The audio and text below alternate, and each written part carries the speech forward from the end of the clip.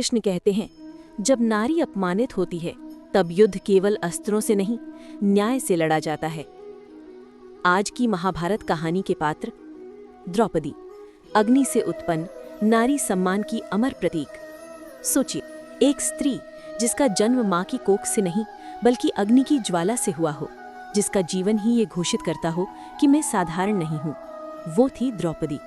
द्रुपद की यज्ञ की अग्नि से जब वो प्रकट हुई तो आकाश में घोषणा गूंजी कि ये कन्या राजाओं के अहंकार का नाश करेगी। लेकिन कोई ये नहीं बोला कि ये कन्या स्वयं कितना कष्ट सहेगी। द्रौपदी सुंदर थी, पर उससे भी अधिक थी उसकी स्वाभिमानी आत्मा। वो प्रश्न करती थी, वो चुप रहना नहीं जानती थी। उसका स्वयंवर, इतिहास का सबसे कठिन स्वयंवर, जहां बड़े बड़े महारथी असफल हुए और एक ब्राह्मण वेशधारी युवक मछली की आंख भेद गया। द्रौपदी ने वरमाला पहनाई अर्जुन को, पर वो नहीं जानती थी कि आज से उसका जीवन एक नहीं 5 दिशाओं में बढ़ जाएगा। जब उसे ज्ञात हुआ कि वो 5 भाइयों की पत्नी बनेगी तो क्या उसने मुस्कुराकर स्वीकार किया?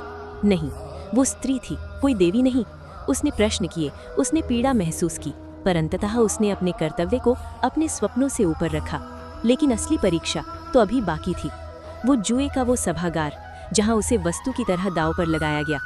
पहले राज्य हारा गया, फिर स्वयं राजा और अंत में द्रौपदी। वो उस सभा में खड़ी थी, केश खुले, आंखों में आंसू और हृदय में ज्वाला। उसने पूछा कि जो स्वयं को हार चुका हो, क्या उसे अधिकार है मुझे दांव पर लगाने का? सभा मौन थी, धर्म मौन था, दुशासन आगे बढ़ा और तभी वो क्षण आया जिसने महाभारत को अनिवार्य बना दिया। द्रौपदी ने किसी पुरुष को नहीं पुकारा, उसने कृष्ण को पुकारा। और उस पुकार में कोई भय नहीं था, बल्कि न्याय की मांग थी। कृष्ण ने उसकी लाज बचाई, पर उसका अपमान इतिहास में दर्ज हो चुका था। उस दिन द्रौपदी ने शपथ ली कि मेरे खुले केश तब तक नहीं बंधेंगे जब तक अन्याय का अंत न हो।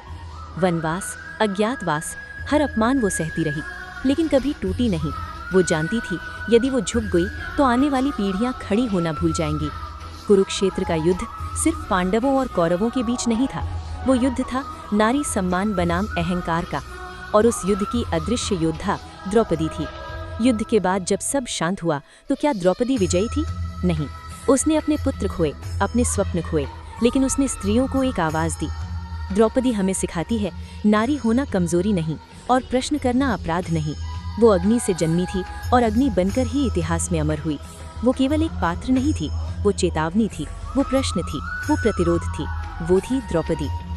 अगर आपको हमारी स्टोरी वीडियो अच्छी लगी हो तो हमारे वीडियो को लाइक करें, चैनल को सब्सक्राइब करें और अपने फ्रेंड्स के साथ भी शेयर कीजिए।